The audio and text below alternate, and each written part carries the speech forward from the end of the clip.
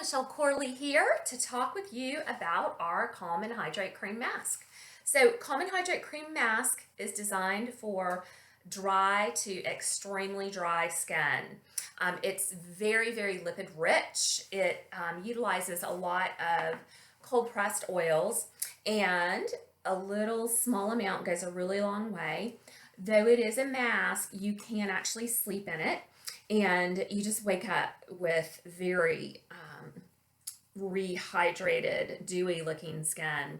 It has wonderful, wonderful slip, so you can actually use it in the treatment room as a massage mechanism. It has a lovely aroma, but it's not from essential oils. So again, Calm and Hydrate Cream Mask, it can be used on sensitive, sensitized, reactive skin. They will absolutely love it. It will make their skin feel so much better. It's wonderful, absolutely wonderful for barrier repair. So we hope you love it as much as we do. Oh, and by the way, if it gets hot, this product can essentially melt. So all you need to do, if you got it and it's melted, you just have to stir it up. And if you keep it in a cool place, it should be fine.